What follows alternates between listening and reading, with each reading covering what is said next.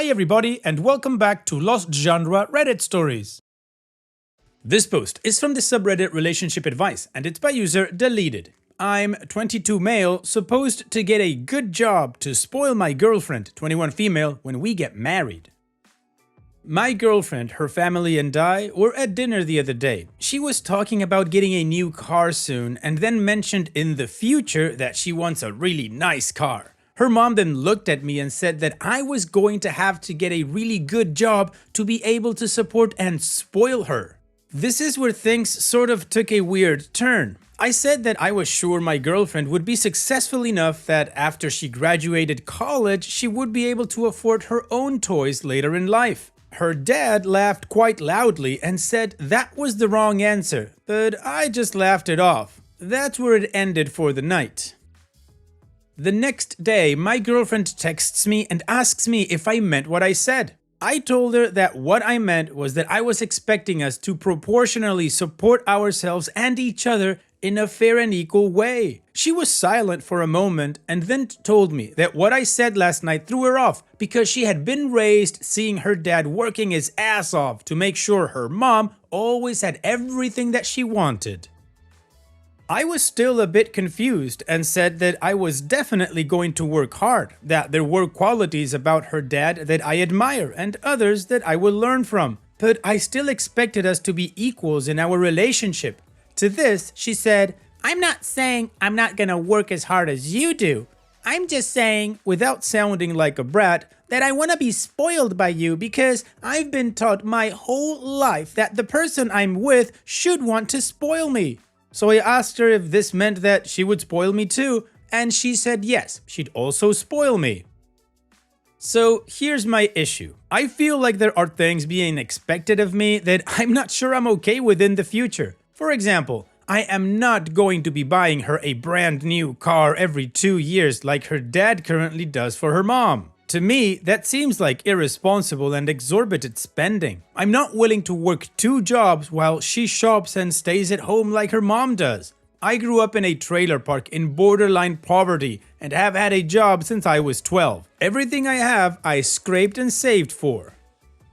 Another day, recently, she saw a wedding ring she liked and sent me a picture. It was like a $15,000 ring. On top of this, she has also said a few times that she would expect a ring from Tiffany's when I proposed. I asked her how much she wanted me to spend on a ring, but she said that I shouldn't ask that because it's how much you're willing to spend on me, not how much I want you to spend. So my question is, am I being unreasonable in thinking that it's best to live a little frugally and not blow thousands of dollars for the sake of spoiling her? Any advice as to how I should broach this subject?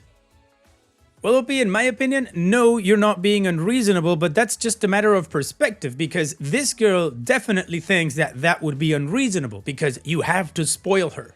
Personally, I don't like that concept of spoiling your partner. Sure, you can give gifts, you can treat them because you love them, but this thing about buying them a new car every 2 years, yeah, just like you, I think it's stupid and irresponsible.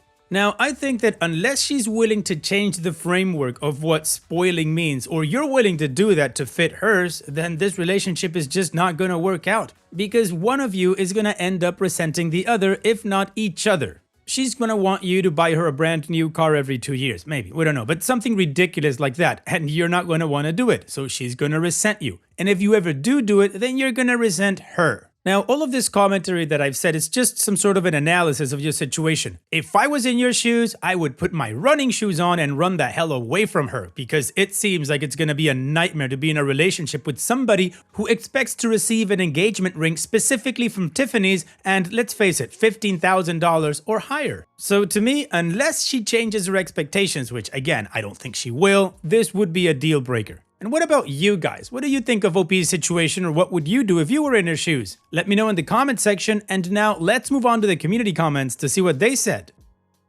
I ask questions you says, you are not being unreasonable. I was also raised your way, in poverty, and I have worked for everything that I have. You need to have a very serious conversation about expectations, such as working, when kids come, house, cars, because if she expects to live in a $600,000 home with new cars every 2 years and you don't, this will put a huge burden on your relationship. I don't live that way either. I don't need someone to spoil me. I can buy myself my own things. She seems like a little materialistic. I wonder if counseling will help her, huh?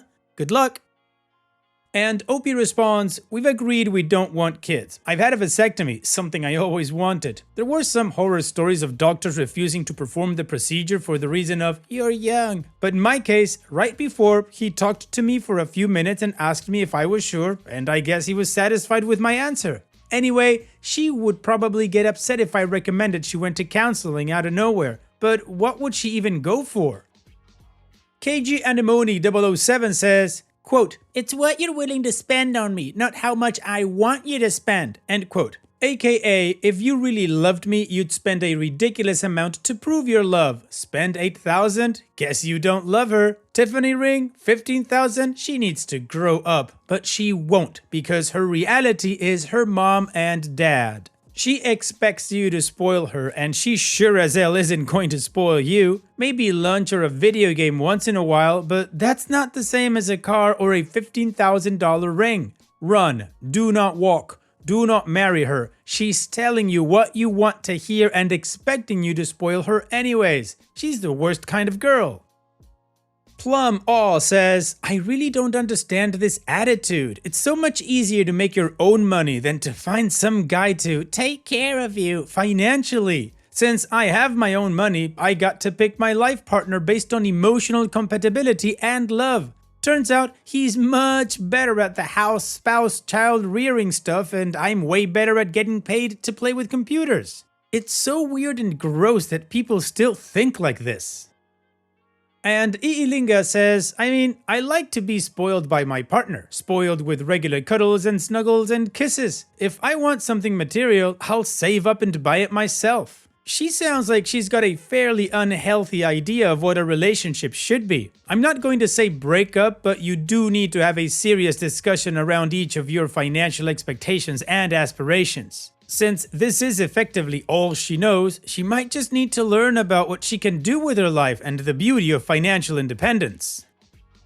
Additional information from Opie's comments. I think she does really love me, but I'm not sure she appreciates me. Also, I live on my own and she lives with her parents. She is going to be moving to a university campus soon and her parents will be paying for her apartment there, which will be twice what my rent is right now.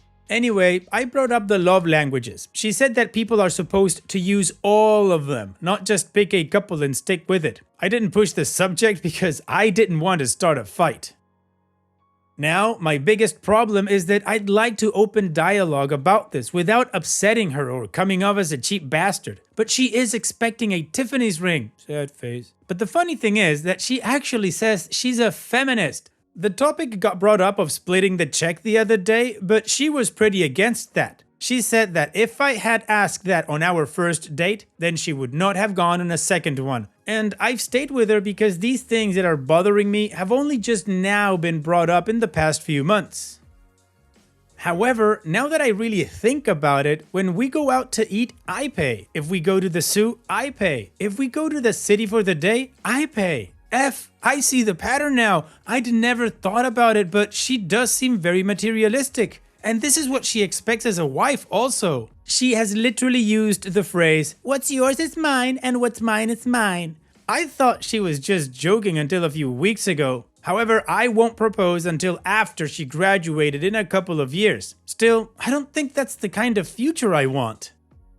Opie's edit. While I appreciate the responses, is there anything you guys suggest aside from breaking up? Anyway, we're in throwback mode and watching Game of Thrones. We just got to the part where Cersei says, you have to earn your queen. My girlfriend said, I hate her and she's a bitch, but she's right. I think I'm going to try talking about this to her tomorrow. Might update you guys on how it goes. Alright, well apparently the community was calling it and Opie needs to break up. He didn't like many of those responses and wants some other kind of advice. I don't think he's gonna get it, but he also seen the pattern, so that's good. Now, I'm sure you guys want to know how that conversation went, and that is the first of 2 updates. So let's continue with that, but of course before that, here's another one of my playlists for you to enjoy after this video. Now let's move on with that first update. So we talked, texted. I brought up various points and she stuck to her guns. At one point, she even said that our conversation made her sound like a bitch, and I told her she sounded entitled, and that hurt her feelings. I eventually asked if we could try to compromise and understand each other. She said fine, but I wasn't convinced. I asked if she would be happy even though I wasn't treating her the way she thought she deserved by spoiling her. She said that no, she wouldn't be. Now, here is where I nearly lost my crap. She said, "You really can't just do something nice every once in a while just because, or even if it's just for our anniversary or something like that?" I was upset and told her that I get her food every time we go out. I rub her feet and back. I got her flowers the night of the banquet. I cover 99% of our dates. I offered to cook for her. I made her mashed potatoes when she had her wisdom teeth pulled and took care of her as well as I could then. Then I asked her, "Are these things I do not nice?" And she admitted I was right and apologized. I said that I always try my best to show that I love her and I just feel inadequate and that I'll never be enough for her. She seemed sad and apologized again, saying she was sorry she made me feel this way and that I do plenty to show that I love and care for her. I was still fuming about everything, so I left her on red. I'm not sure how to move forward. I'm angry that she hasn't appreciated everything I've done for her for the past 2 years. I need some time to cool down and we talk again. Alright, well, OP talked to her and he's even now more upset and confused, which means we gotta move on to the final update right now to see how this story ends. So, I just wanted to let you know how things ended. This is the text she sent me after the subject came up again. Side note, it's a long message and I'm not gonna read it with my annoying voice all the time because it annoys me, so just imagine I did. Quote, "I want a relationship where the man is the man of the house. Yes, I believe that we're equal, but that doesn't mean you can't still be a man and treat me like the queen that I am. No, I don't want a new car every 2 years, but I don't want you to suggest that I pitch in to get myself a nicer engagement ring than what you'd be willing to work for. That alone tells me you don't care enough to work hard yourself or save enough money for something that you think I would like. And it's not about the money, it's about the thought behind it. It's about the details of things and the care that you put into it. You told me I was entitled. You're right, I am. I'm entitled to these things because I deserve them. I deserve to be treated like the greatest thing that has ever walked this earth because that's how a queen is supposed to be treated. Yes, I want nice things, and that's because I deserve them, and you either just don't see it that way, or you just don't care, and I just want more." End quote. So, I'm done. I don't understand how someone can have such a sense of entitlement. Her parents have set an example for her that is unreasonable. I think that is the reason she is this way. Anyway, her stuff is bagged on my coffee table. I'm going to her house after work to break things off and give her things. OP's edit. First, I want to say thank you to everyone for the kind words, support, and advice. Some of you wanted an update after it happened, so here it is. I got off work yesterday and stopped by her place on the way home. It was about a 45-minute drive, and the closer I got, the more my chest physically hurt. Dramatic, but true. When I got there, she was in the backyard, smiling and joking. She didn't see it coming. I thought she did, so this didn't make it easier. I asked her if we could talk now, and she said yes, and I sat silent for about 5 minutes. In the end, we both still love and care for each other. We both still want to be in each other's lives, but we realize that neither of us is being treated the way we feel we should be treated. So, we are no longer dating and it's for the best, even if it hurts. The part that hurt the most was afterward when she said, "You are the best man I have ever met." I did everything right and I still wasn't enough for her. I still love her, so I don't know if I'll ever be happy about what has happened, but I will be glad I found this out before marriage. Anyway, thanks again for all the support.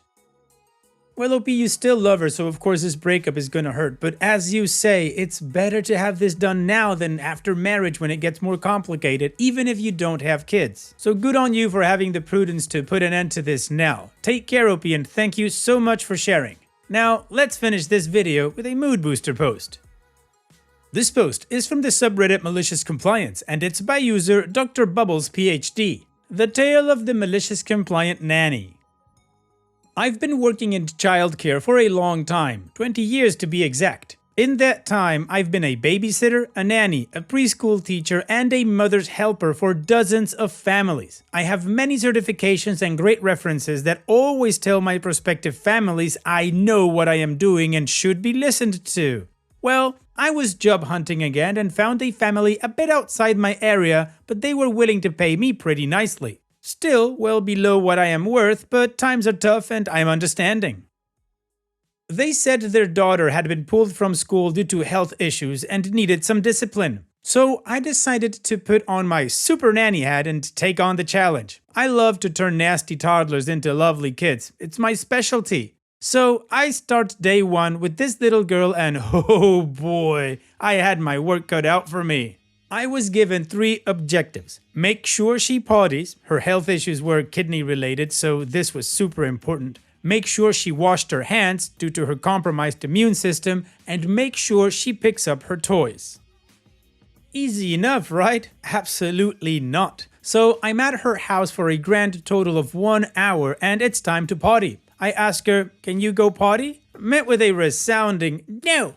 Okay, new approach. You need to go potty. Cue the waterworks, screaming, crying, fighting me. You'd think I'd lead this child to a killing floor at a slaughterhouse. Well, I'm trying to talk her through how we can do whatever she wants if she just goes potty. Well, while I'm making progress, Dad comes downstairs from his office to console her and tell her she doesn't need to do it. Okay, fine. Well, it's time for lunch, and she needs to wash her hands. Cue the second freak out of the day. I am trying to explain to her why we need to wash our hands and that she'll eat as soon as she's done it. We went back and forth for about 10 minutes before Mom came out and fed her so she didn't have to touch the food. Anytime a parent comes out, the kiddo starts bossing them around and getting her way. After lunch, she becomes inconsolable. I ask her when her nap is. They tell me she sleeps from 4 to 6 p.m., doesn't sleep until midnight, and is up by 8. I'm sitting here going, a toddler needs way more sleep than that. I try to reason with them that she's not an adult and cannot make it through a whole workday without sleep. They push back. So we have 2 more days of this, screaming, fighting, undermining by Mom and Dad. So on day 3, I have a talk with them, a come to Jesus moment. Hey, I can't change anything if y'all are walking back everything I try to do. And they hit me with, well, you should try to get her to like you first, then she'll listen to you. And I really wanted to say, like she listens to y'all, but I bit my tongue. They told me point blank just to do what she wants until she likes me and then start enforcing boundaries. Great parenting skills. I tried one last plea to tell them that's enforcing the behavior we're trying to correct, and it'll take longer to right the ship. Nope, do what she wants. Okay, let's go. Day 1 of malicious compliance. Dad has an important meeting and needs not to be disturbed. Toddler decides she wants Papa. So I go, let's go get him. He said you can do whatever you want today. I'll race you up the stairs. So we run up the stairs and she bursts into his office while he's on a client call.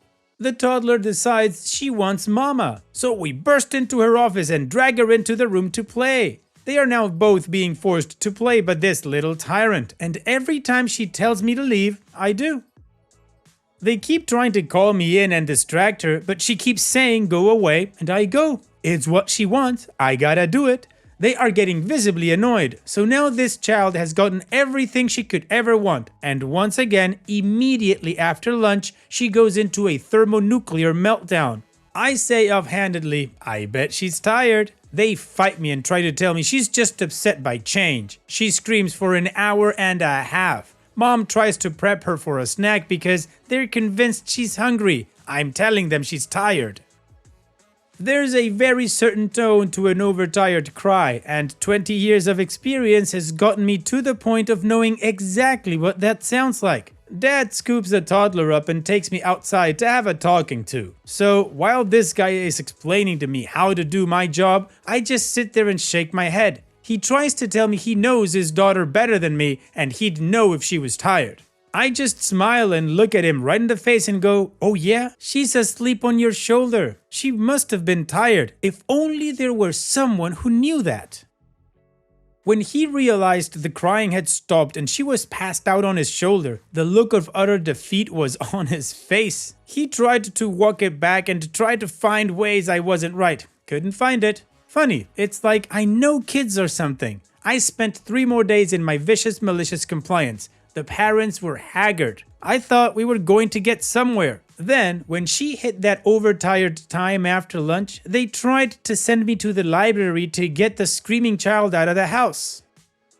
In the same breath as telling me to make sure I sanitize every surface she touches, they tell me they don't buckle her into the car seat because she doesn't like it. I quit on the spot. Then I immediately reported them to the service I worked with. I do believe they've been fired as clients and CPS might have gotten involved, but all I know is they had 4 work days they had to make up that night once she fell asleep, which, mind you, was at midnight. So I feel like I got my perfect revenge.